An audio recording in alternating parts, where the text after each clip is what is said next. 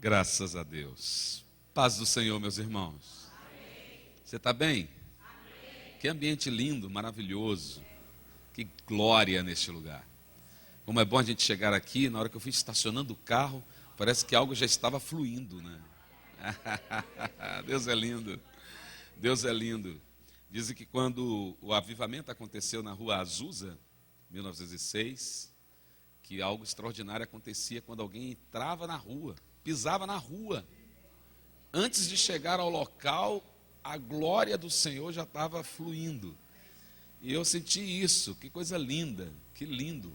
Já ouvindo a ministração do louvor e adorando ao Senhor, e como é bom estar aqui. Eu estou muito feliz. Muito obrigado, meus amados.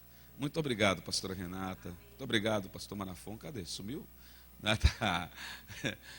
Amo esse casal. E eu tive a alegria de poder estar com eles alguns dias. E eu estou bastante honrado, muito honrado, em ter sido convidado a vir aqui. E eu tenho uma programação, sou líder da Igreja Logos em Guarulhos. Nós tivemos o culto às 8 da manhã, estava lá ministrando. Teria agora às 10, ia ministrar também. E ministro às 18, na nossa celebração de ceia. Mas a pastora Renata me disse, com tanto carinho, né?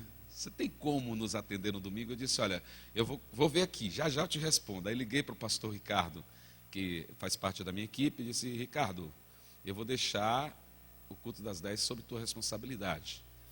Não, pastor, tudo bem, eu não estava na escala, que a gente faz uma escala, né, dos pastores, mas dessa vez agora é assim. E ele ficou, e eu estou muito feliz por poder atendê-los, muito feliz.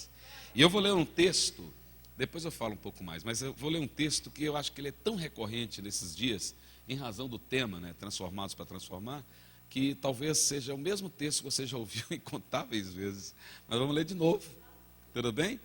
O que importa aqui é o que o Senhor vai fazer. Deus tem algo para você nesta manhã, amém? Romanos 12, versículo 2. Romanos 12, 2.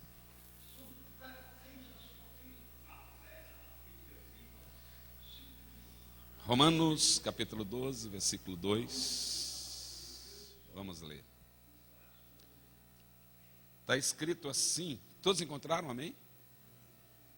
Amém? Nem precisa, né? Tem na tela. E não vos conformeis a este mundo, mas transformai-vos pela renovação da vossa mente, para que experimenteis qual seja a boa, agradável e perfeita vontade de Deus. Senhor, nós nos tornamos mais uma vez dependentes de Ti, cativos da Tua palavra. Pedimos que Tu nos abençoes nesta manhã e nos leve, Senhor, a um nível muito pleno de vida contigo. Muito obrigado pelo privilégio de poder ministrar a Tua palavra. Fala aos nossos corações. Enche-nos do Teu gozo, e assim o será, no nome do Senhor Jesus. Amém. Graças a Deus. Meus irmãos, podem se sentar. Eu procurarei ser o mais didático possível. Eu não sou dos pregadores mais entusiasmados, eu não sei como é que eu chamo. Eu não sei como é que eu qualifico os níveis de pregadores. Eu sou da área do ensino, eu gosto muito de ensinar. Então, às vezes, até na própria pregação, eu estou sempre tendo cuidado de me fazer entendido. Então, só para vocês entenderem um pouco, eu sou jornalista, professor e pastor. Como jornalista, tudo que é novo, que eu gosto de descobrir, eu falo, né? Jornalista tem essa coisa de buscar coisas novas. Como professor, eu tenho sempre a preocupação de saber se você está entendendo. Então, se eu perguntar, você está entendendo? Não é que eu duvide da tua capacidade de entender. Eu, às vezes, me preocupo com a minha capacidade de ensinar. Então, eu pergunto, está entendendo? Então, se eu te perguntar, você, por favor, responde se está, porque você vai me ajudar no processo aqui de ministração. E, como pastor, eu tenho sempre a preocupação de saber se aquilo que eu estou liberando está, de alguma forma, agregando, de alguma forma vai fazer diferença na tua vida. Então, por esta razão, eu quero que vocês entendam que toda a ministração estará dentro desse contexto. Antes de eu entrar aqui nos detalhes do que eu tenho a dizer, eu queria destacar apenas uma palavra dentro desse versículo, antes de entrar no conteúdo. É a palavra experimenteis. Para mim ela é muito significativa, porque tem coisas que você não vai aprender só em ouvir. Tem coisas que você não consegue aprender somente ouvindo, você só aprende experimentando. Então eu devo dizer que o meu convite para você nesta manhã não é que você apenas ouça uma palavra, mas que você transforme o que você ouviu em comportamento. Se você for capaz de levar a realidade do que você ouve, a ministração e o conteúdo, e isso ser agregado ao teu comportamento, eu já ouvi isso aqui nesta manhã, certamente você vai experimentar. O propósito de Deus não é que você seja um cristão teórico, cheio de ciência da teologia. O propósito de Deus não é esse.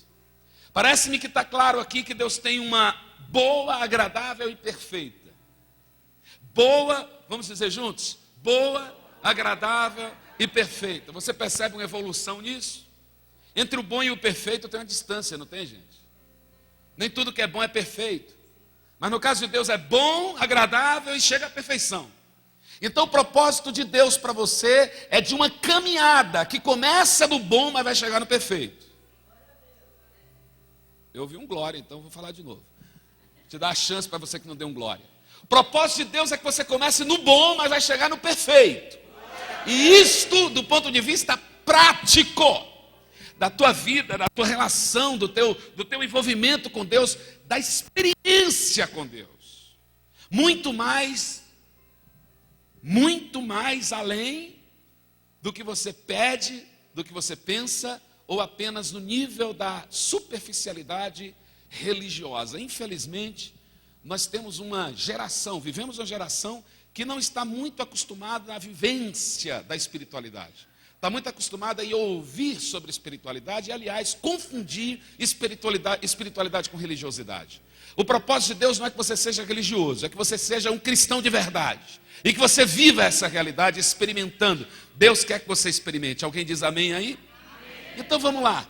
Tudo que eu vou falar hoje não é para você viver no plano apenas da ciência. É para você viver na prática. Amém? Duas palavras que eu considero muito importantes aqui nesse texto. Vos conformeis, transformai-vos. Então diga conformeis, transformai-vos. Conformeis em grego é esquema, transformai-vos é metamorfos, ou metamorfose. Mas eu quero falar para vocês, irmãos, que existem duas formas no mundo. Olha para mim, por favor. Duas formas no mundo. Só existem duas formas no mundo. A forma da incompetência e a forma da excelência. Só existem duas formas no mundo. A forma de Adão e a forma de Cristo. Só existem, e Paulo diz isso em Romanos capítulo 5, que existem dois homens no mundo, Adão e Cristo. Dependendo de onde você estiver, você traz a forma da forma. Um bolo redondo, qual era a forma? Óbvio, não é tão óbvia a pergunta? Um bolo quadrado, como é que era a forma? O bolo leva a forma da forma. Então preste atenção no mistério que está aqui dentro dessa palavra de Paulo aos Romanos. Quando Deus resolveu fazer o homem em Gênesis capítulo 1, versículo 26, Deus diz assim: façamos o homem à nossa imagem, na forma da nossa semelhança. Deus disse assim, Deus aqui é porque a palavra Deus aqui no hebraico, Elohim, é uma palavra plural em si mesma. Então Deus está dizendo, eu sou a forma e me utilizarei desta forma para fazer um homem. O homem, portanto, traria a imagem e a semelhança tal qual um bolo redondo traz a imagem e a semelhança da forma. O homem, portanto, teria a forma da forma de Deus. Estão me entendendo? Então Deus olha para aquele pó. Não é nem o barro em si, é o pó, não sei como é que é isso, mas a Bíblia diz que foi do pó da terra. Então, a gente gosta de falar de barro, fica mais fácil a gente entender, mas parece que Deus pega o pó e junta esse pó e diz assim: façamos o homem a nossa imagem, na forma da nossa semelhança. Ou seja, nós seremos a forma deste homem. E Deus fez o homem assim. Portanto, quando nós olhávamos para o Adão do Éden, nós víamos a imagem de Deus.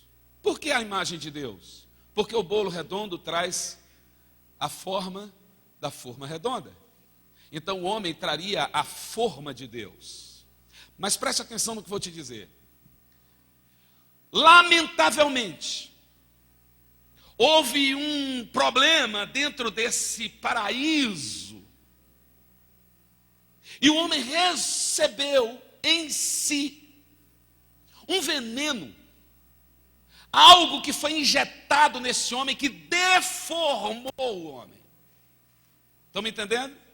Imagine que você tenha um bolo e de repente o bolo tem a forma redonda porque trouxe a forma da forma. Aí alguém chega nesse bolo, que já está fora da forma, e injeta um líquido nele. O que vai acontecer com o bolo? Diga assim: deformar. Ele perde a forma da forma. De modo que agora você olha para o bolo e já não consegue mais saber se ele era um bolo de uma forma redonda, embora tenha ainda alguns traços, mas ainda não dá para ver com perfeição, porque houve uma deformidade, deformou. Quando este elemento se deforma, ele se transforma num esquema, a palavra esquema. Então esquema é exatamente a deformação. É o bolo deformado, é o bolo troncho, sei lá se você entende essa palavra. É um bolo que não tem mais a expressão da forma. E agora, este material deformado gera outros materiais deformados. E todos os demais gerados por ele são deformados iguaizinhos a ele. De tal maneira que vai se construindo um padrão muito distante do padrão da forma, um padrão que é o padrão agora deformado, viralizado. O vírus que atingiu este homem deforma o homem de modo que agora o homem não tem apenas um ato de erro, mas ele se torna num estado de erro. Escuta, quando você tem uma nação, dizem que o Brasil é um país corrupto, não é? Por que dizem que o Brasil é um país corrupto? Por quê? Você é corrupto? Você é brasileiro? Sim ou não? Você é corrupto? Não fala. Eu sei que é ruim falar, né? É ruim falar. Ainda hoje de manhã eu ouvi um testemunho muito rico de um presbítero. Ele disse: irmãos, eu quero testemunhar aqui. Estou nessa igreja há 8 anos. Quando eu cheguei aqui, eu ouvi o pastor falar algumas coisas que me incomodavam profundamente. Porque quando ele dizia assim: irmãos, nós precisamos sair do nível de corrupção. Aí ele disse: eu me sentia totalmente corrupto, porque eu sonegava impostos, eu dava calote, eu fazia manobras na minha empresa. Ele falou isso no púlpito hoje. Ele disse: então eu quero dizer aos irmãos que eu estou transformado. Então eu não tenho nenhum preciosismo, nenhum tipo de sublimação, de achar que todas as pessoas que estão na igreja, elas estão livres do estado de corrupção. Preste atenção, um ato de corrupção é apenas um ato de corrupção. Um ato de corrupção é possível combater. Mas quando os atos de corrupção se reproduzem, e se tornam recorrentes, e se tornam efetivos, aí se transforma ali num estado de corrupção. O estado de corrupção desenvolve uma cultura de corrupção. E a cultura de corrupção é difícil combater, porque a cultura está relacionada à tradição. Tradição é algo que vem do passado. E a tradição, ela te prende ao passado. Te prende a essa cultura. Estão me entendendo, gente? Portanto, nós somos levados pela mesma cultura e nós vamos sendo deformados da mesma forma que o mundo foi. E essa deformação é uma coisa sistêmica.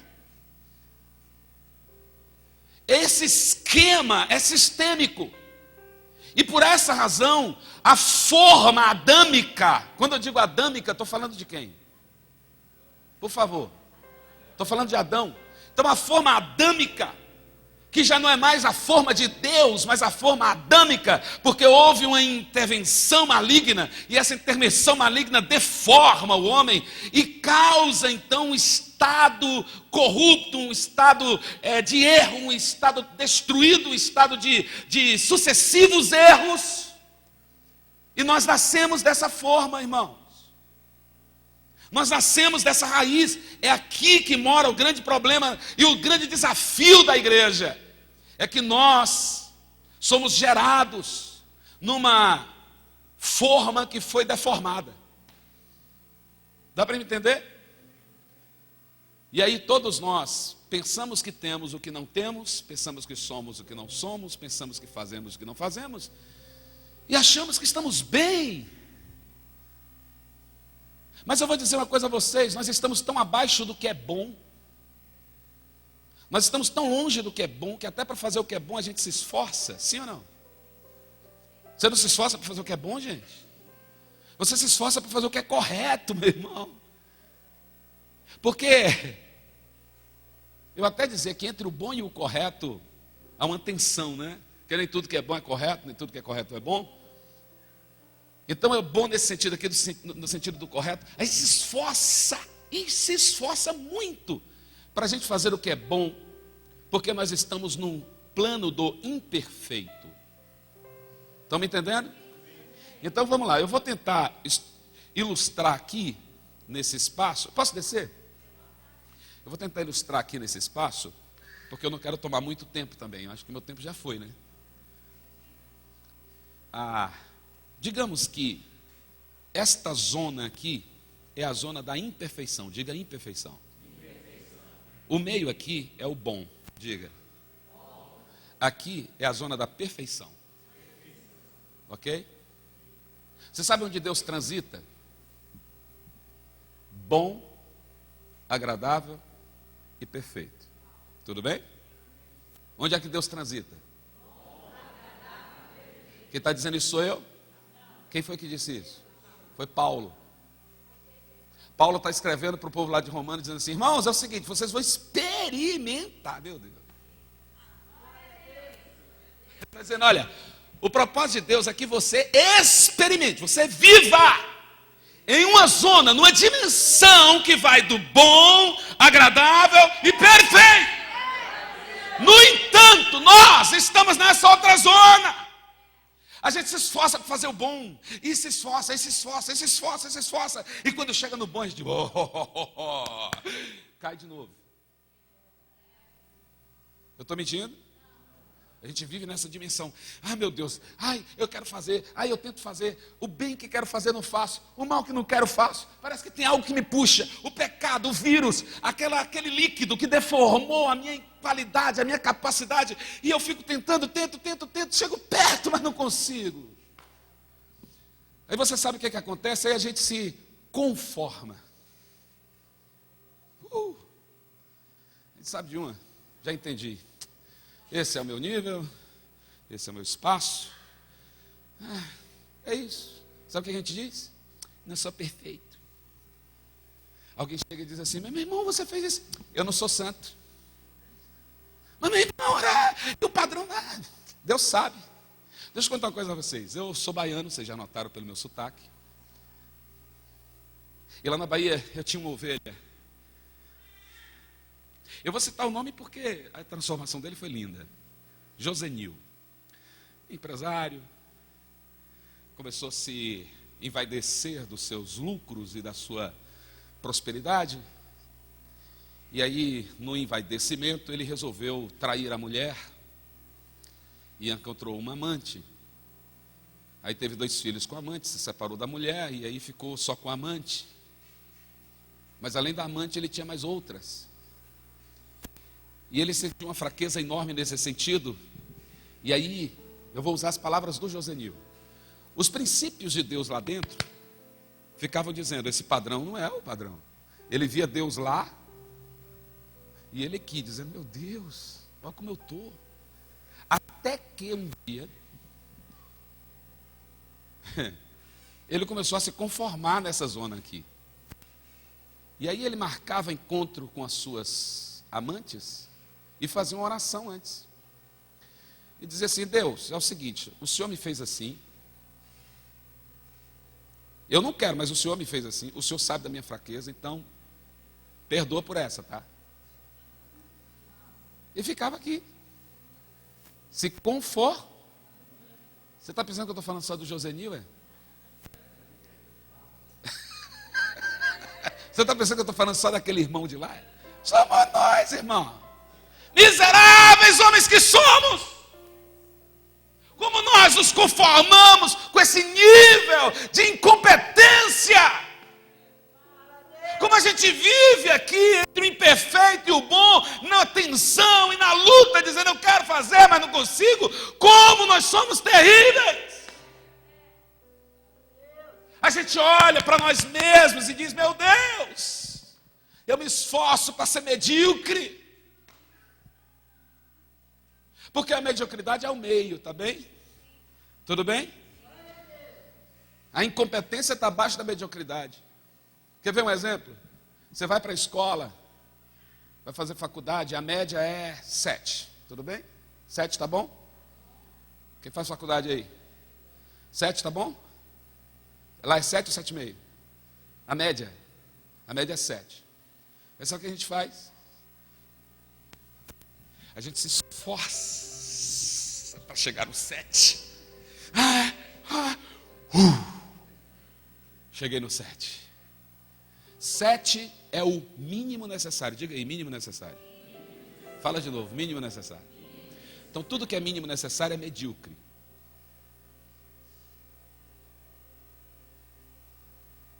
Esse silêncio é para pensar mesmo. O mínimo necessário é o medíocre, ok?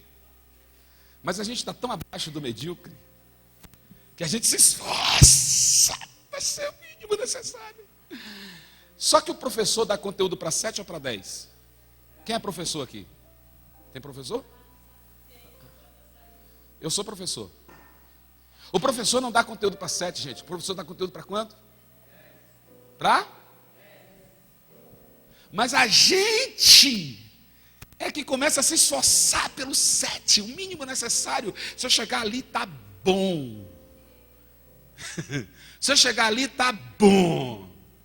Já se me conformou tanto na zona do imperfeito que se chegar ali, tá bom. E fica aqui, vai, volta. E depois assim, tirei 10. Aí quando tira 10, ele volta para cá, correndo e diz, não preciso mais nem me esforçar agora. Basta tirar 4. 1, 2, 3, 4. Bum. Estou falando a mentira? É Josenil, né? Não, é Aécio, é Paulo, é Pedro, é Marcos, é Renata, é o Marafon, é o Josafá, sei lá qual é o teu nome. Todos nós estamos nesse esquema, irmãos. Olha, nesse esquema. Então eu já vou dizer para você, porque eu já estou louco para encerrar. Escuta aqui, ó, escuta aqui. Você sabe qual é o padrão de Deus? Olha que Deus lindo. Gente, você tem que apaixonar por esse Deus. Eu estou apaixonado por Ele. Eu já estou aqui com vontade de dar um beijo nesse Senhor, se é que você me entende. Não quero humanizá-lo, não, apenas para dizer a você, eu estou com a vontade de me diluir nos braços dEle, porque Ele diz assim, irmão, não fique nesse esquema, não se conforme com este esquema, mas transformai-vos pela renovação do entendimento, para que experimenteis o bom, agradável e perfeita vontade de Deus. Deus quer você melhor.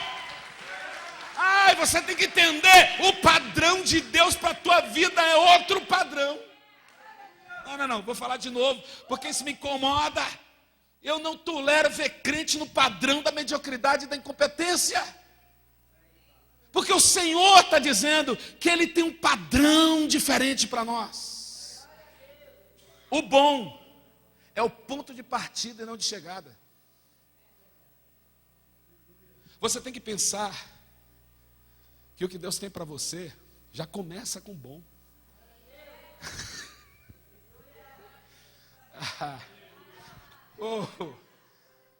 É assim, ó, já começa com bom. Eu bem sei os pensamentos que tenho a respeito de vós, diz o Senhor. Pensamentos de paz e não de morte, para dar a vocês o fim que vocês desejam.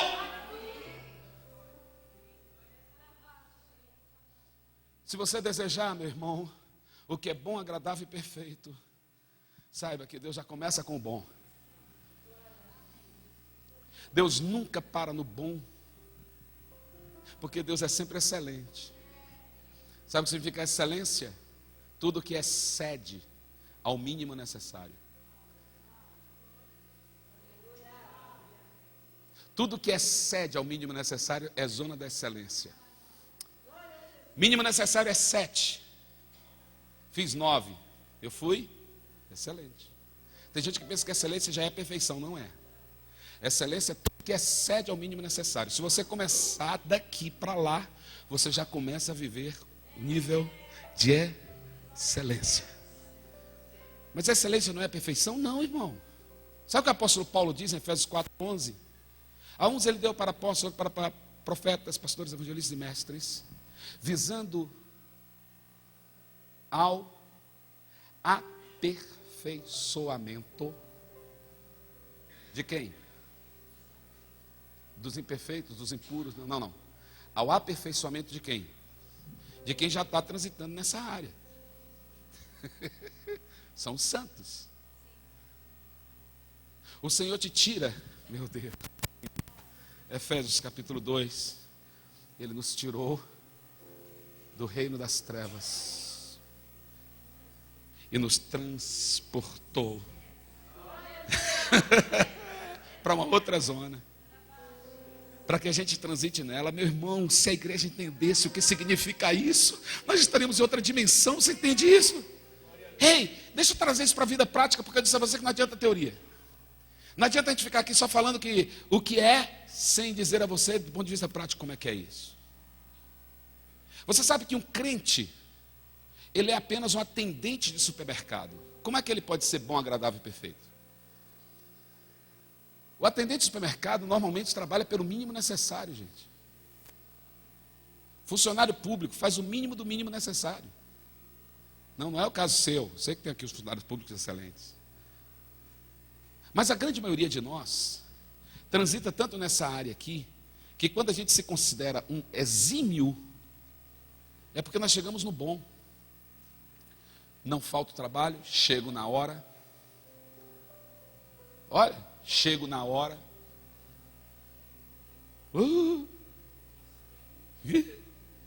Podia ser premiado, né? Eu trabalho com desempenho de competências e fui dar uma palestra numa clínica. Pasme. Quando eu chego lá na clínica, tinha um mural e assim escrito no mural: funcionários serão bonificados, ganharão bônus, prêmio. Aqueles que chegam no horário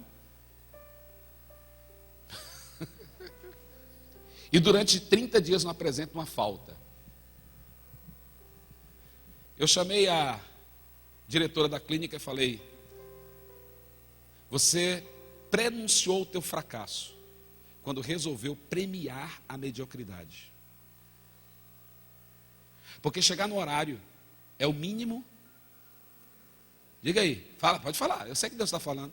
Chegar no horário é o quê? O mínimo necessário, meu irmão, é obrigação, o mínimo necessário. Não faltar, a não ser por casos de enfermidade, é o mínimo necessário, é o que o mínimo se espera de um funcionário. E você vai premiar a mediocridade? Pelo amor de Deus. Escuta, não premie a mediocridade. Ah, mas tá bom, se está todo mundo lá embaixo, a gente está aqui, tá bom, tem que premiar. Não. É o mínimo necessário. E sabe o que Jesus diz para quem faz apenas o mínimo necessário? Lá vem, né? Considere-se um servo inútil, porque só fez o mínimo necessário. Você acha que esse padrão sou eu que estou estabelecendo? Não, Jesus diz assim: se te obrigarem a andar 1 milha. O que é que diz a palavra? Vocês conhecem? Fala aí. Não estou ouvindo. Não ouvi ainda. Não é andar só 1? Por que de 2? Porque o padrão dele é de excelência.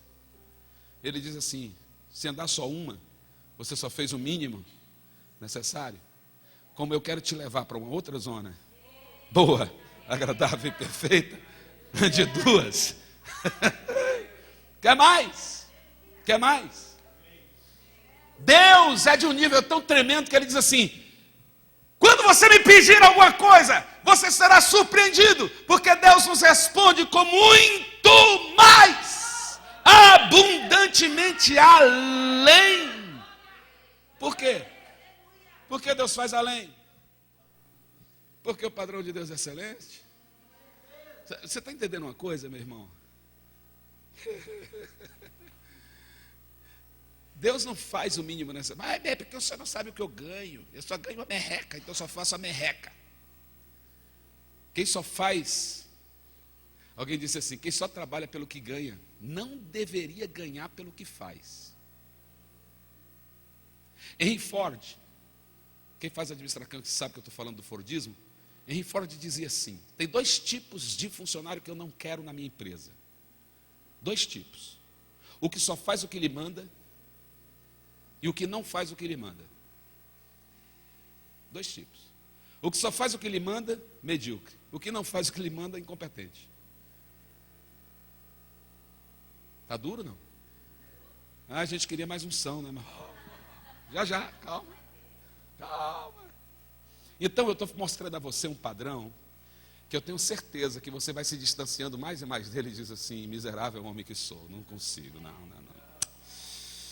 não tenho condições.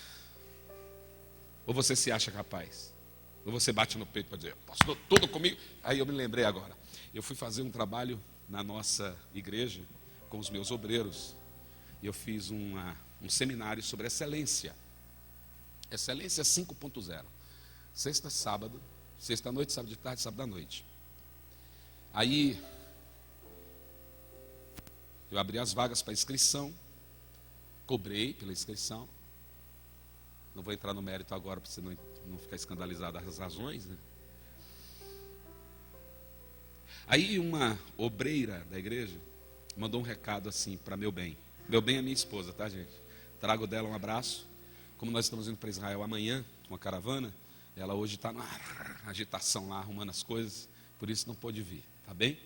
E ontem foi aniversário do meu filho de 18 anos, e a gente ficou até 1h da manhã, arrumando as coisas dos amigos que foram lá para casa. Então hoje é um dia de meu bem estar. Aí ela mandou então, a obreira mandou um recado para meu bem, dizendo assim: pastora, eu não vou participar porque tudo que eu faço é excelente. Eu falei: uau. Hã? Dá até para você celebrar, dizer: Eu disse: quando a pessoa já não se sente ensinável, já provou a sua incompetência. Porque no dia que você achar que não precisa aprender mais nada, que você já está no nível assim, sabe, meu nível. Meu irmão, quanto mais eu digo meu nível, aí eu olho lá para baixo, teu nível, teu nível. Nível, o que é nível, rapaz? Todos os dias eu acordo dizendo: Senhor, o que é que eu preciso aprender hoje para ser melhor do que ontem? O que é que eu preciso absorver hoje para melhorar mais a minha vida? O que é que eu posso fazer hoje para sair dessa zona que me incomoda, Senhor? Eu não quero viver nesse trânsito, não, eu quero ir além, eu quero experimentar, porque a palavra diz que isso é para experiência. Experimenteis, eu quero isso, provai e vede que o Senhor é bom. Eu quero provar, eu quero experimentar isso todos os dias. Eu tenho que dizer a mim mesmo que eu não sou. Agora escuta, você não tem que ser o que você não precisa ser. Você não tem que ser o que não precisa ser. Mas você pode ser melhor do que você mesmo. Você pode sair daqui nesta manhã dizendo: Senhor, o que eu faço para ser um melhor obreiro, um melhor crente? Quem é casado aqui? Só os homens casados. As mulheres vão falar: só os homens casados. Estão casados, né? Sai daqui hoje dizendo: Senhor, o que eu faço para ser um melhor marido? Verdade. Não, mas eu já sou o cara, eu sou bom demais. Quando diz assim, pergunte à mulher. Quando diz é bom demais, pergunta à mulher. Querida, é o seguinte: todos os dias eu tenho que melhorar. Eu tenho que olhar para mim, ter a capacidade de olhar para mim e saber que eu preciso melhorar. Agora eu vou encerrar de fato. Diz uma coisa a vocês.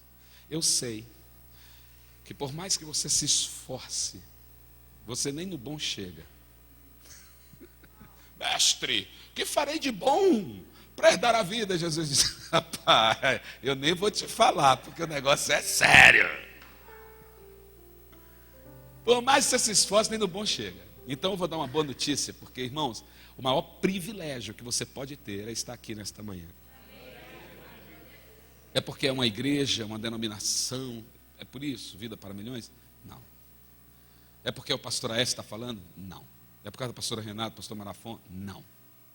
Sabe por que eu tenho privilégio?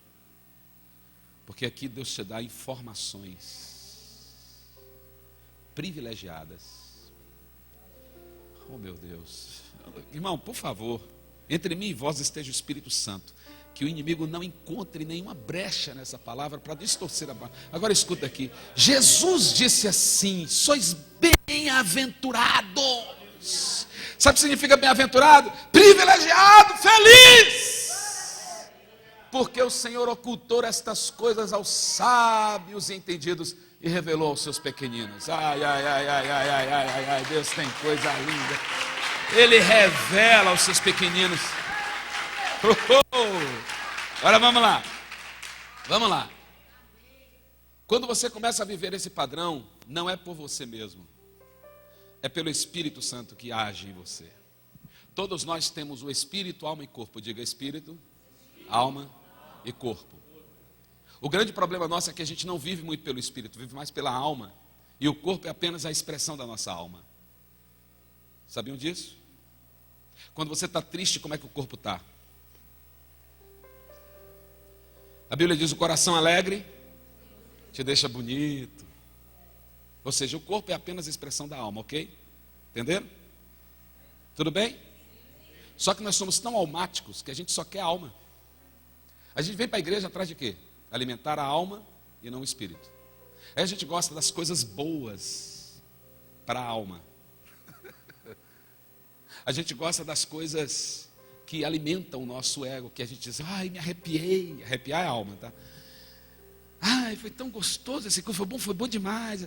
Tudo no campo da alma. Só que Deus tem algo mais profundo. Porque o Senhor quer encher o teu espírito. É importante você ter uma alma equilibrada? Diga sim.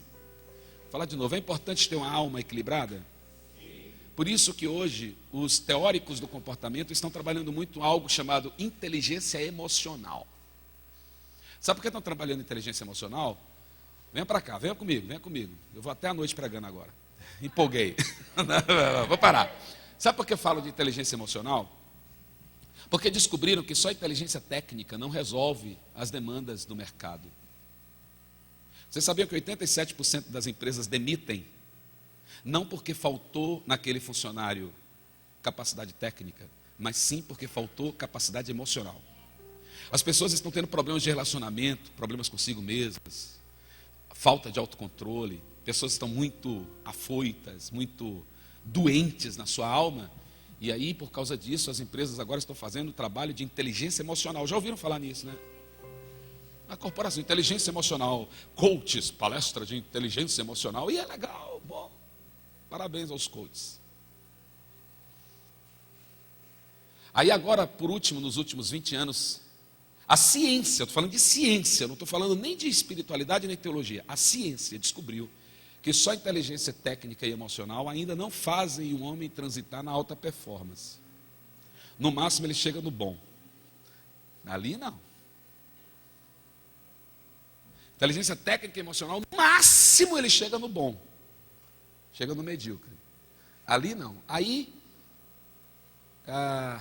você vai lá na internet e coloca assim, ó, livros de inteligência espiritual. Você vai ver lá um tanto.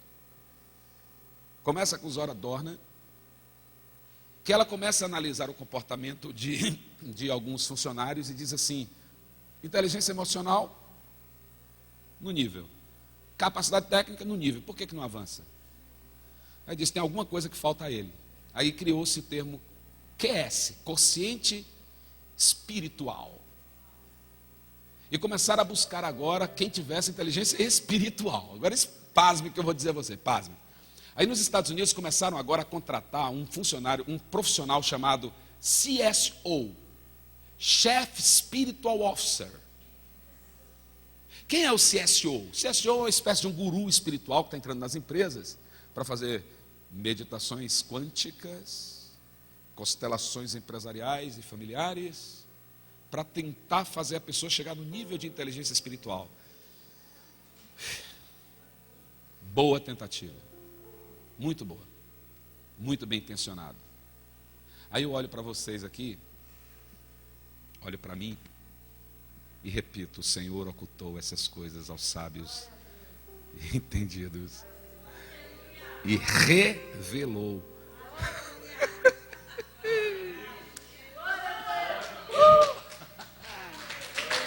Olha só,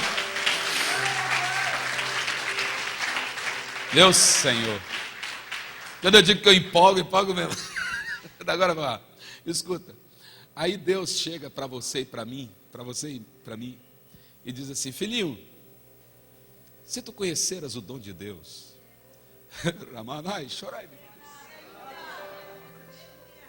se tu conheceras, tu lhe pedirias, e ele te daria água viva, que é entrar no teu espírito e cavar um poço para jorrar para a vida eterna. Deixa eu traduzir, o Senhor está dizendo assim, se tu conheceras, se você souber o que significa estar aqui, sabe o que você diria? Encha-me de inteligência espiritual, Senhor.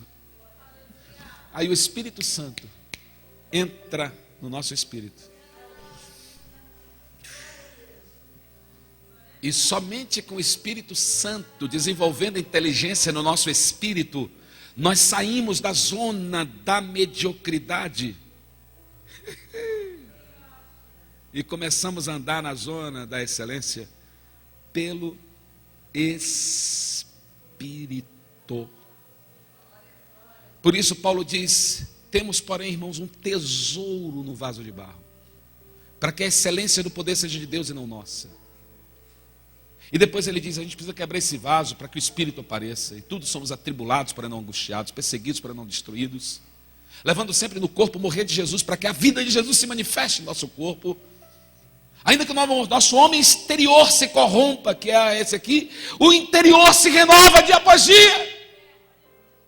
Aí o servo do Senhor, cheio do Espírito, começa a fazer as coisas com excelência. Irmão, escuta, eu vou repetir, cheio do Espírito não faz meia boca, cheio do Espírito não é relaxado, cheio do Espírito não faz por fazer, cheio do Espírito não fica só na base, ele profunda, ele vai além, ele mergulha, porque está cheio do Espírito. Cheio do Espírito faz com excelência, porque cheio do Espírito não faz a homens. Quem está cheio do Espírito faz para Deus e não para homens. Se ele trabalha, ele pode ser advogado, pode ser lavrador, pode ser juiz, pode ser médico, pode ser o que for. Ele não faz a homens, ele faz aquele que lhe deu, porque ele está cheio do Espírito, e cheio do Espírito Santo faz com excelência. Eu nunca vi Deus fazer alguma coisa que não comece pelo bom. Porque tudo que Deus faz começa pelo bom. Você está me ouvindo ou não? Provoca, Senhor, pode provocar, meu Deus.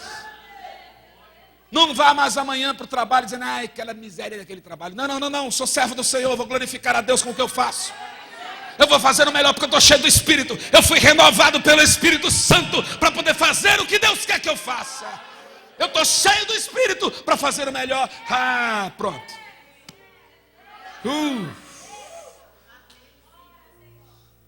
Crente que fica reclamando da segunda-feira, meu Deus do céu. Crente que chega na sexta e diz, sextou. E agora tem uma moda de tirar foto do lado de uma garrafa de cerveja. Crente, sextou. Mas está amando essa zona. Amando. No esquema. Aí Paulo diz assim, não vos conformeis com o esquema deste mundo, mas transformai-vos pela renovação do vosso entendimento. E aí você vai experimentar que Deus sempre começa no bom. Deus sempre começa no bom. E viu Deus que era bom. Fez isso e viu Deus que era bom. Tudo que Deus faz começa no bom, para te levar para o perfeito. Aí eu encerro dizendo a vocês apenas uma coisa. Quem estuda aqui sabe que eu vou falar uma coisa que é bem da sociologia. Max Weber, sociólogo alemão, escreveu um livro chamado A Ética Protestante e o Espírito do Capitalismo. Quando Weber escreveu esse livro, ele escreveu porque ele ficou louco.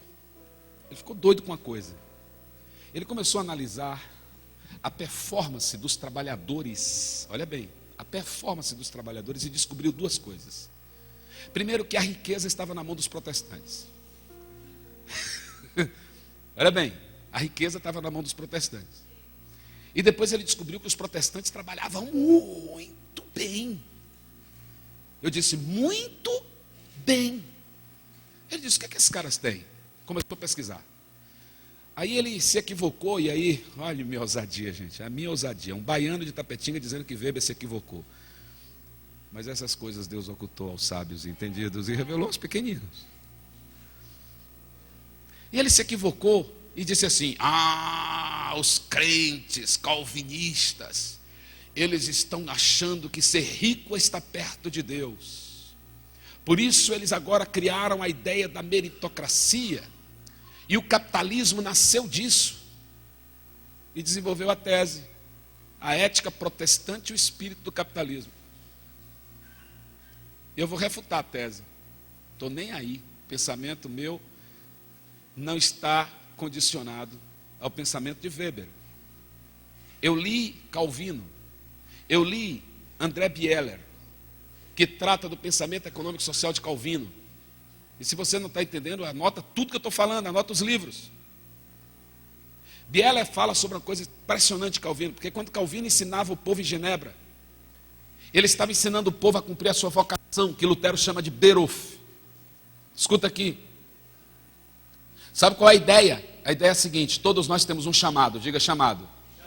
Chamado para quê? Chamado para expressar a glória de Deus, irmão, é esse o nosso chamado. Você pode estar fazendo um pano de prato. Você tem um chamado para cumprir um ministério. Ministério é serviço. Eu estou cumprindo o ministério para expressar a glória de Deus. Aí eu vou dizer uma coisa. Quando você tem a convicção de que você faz para Deus e você faz com excelência, não tem jeito. Se o teu pano de prato for excelente, quem faz minha boca vai perder no mercado. Você não ouviu, não? Aí você vai ganhar mais, alguém vai pensar que é porque você é mercenário, está querendo ganhar dinheiro. Não é. É porque naturalmente é assim. Um sapateiro se converte, corre para Lutero e diz, ai, me converti, Lutero, o que é que eu faço para cumprir meu ministério? Lutero diz assim a ele, faça um excelente sapato e venda a preço justo. E assim cumprirás o teu ministério. Ei, você é servo de Deus. O Senhor quer te encher do Espírito Santo nesta manhã. Para você não se conformar mais com esse mundo, mas transformar a si mesmo, começando por você. Não queira transformar os outros sem transformar a si. Começa com a transformação aqui. Eu era criança, cantava, a começar em mim. Começa em você. Fica de pé, por favor. Se você realmente está querendo, dizendo, Senhor, eu quero experimentar esse negócio. Eu quero ir do bom em diante. Você vai ser incomodado pelo Espírito Santo. Pastora, olha o que eu estou dizendo aqui, a responsabilidade que me cabe ao dizer. Algumas pessoas desta igreja vão te procurar dizendo assim, eu fui tão provocado que eu não estou conseguindo mais fazer a coisa mal feita. eu vou ter que fazer com excelência. Eu preciso fazer com excelência. E Deus vai conduzir para a excelência. E nós teremos testemunhos de vitória, de bênção. Meu Deus. Nós teremos testemunhos de crescimento. Crescimento na carreira, crescimento espiritual, crescimento emocional, crescimento como vida. Porque Deus quer que você caminhe nessa outra zona e não viva mais acomodado na zona da incompetência, da imperfeição. É bom, agradável e perfeito. Diga bom, agradável e perfeito. Deus quer você nessa zona. Amém? Feche seus olhos, por favor. Senhor, eu ministrei apenas o que era necessário. Porque dirigido pelo Teu Espírito foi isso, Senhor, que Tu nos trouxeste nesta manhã. Então eu peço a Ti que Tu agora apliques esta palavra, porque os Teus filhos não podem sair daqui, ó meu Deus, apenas provocados, mas eles têm que sair capacitados pelo Teu Espírito para viver nessa outra dimensão. Então, Senhor, o que nós falamos aqui, nós já chegamos aqui com esta oração, a oração do derramamento do Espírito, para que Tu, Senhor, nos conduzisse a outro nível. Então faz com que esta igreja experimente algo tão sobrenatural, que nós tenhamos o testemunho dos Teus filhos, dizendo que aquilo ali me provocou de tal forma que eu não consegui ser mais o mesmo. Porque nós não podemos ser o mesmo, nós somos renovados dia após dia. A Tua palavra diz, Senhor, que é para viver em novidade de vida, e é isso que nós queremos, irromper com a tradição, irromper, Senhor, com esse passado terrível, irromper, Senhor, com esse passado de incompetência e viver uma vida plena contigo, porque Tu nos colocas nesta outra posição e é assim que queremos viver para a glória do Teu nome. Guarda o nosso coração, a nossa mente, guarda o nosso ser, para que vivamos melhor a partir de hoje, no nome de Jesus. Amém.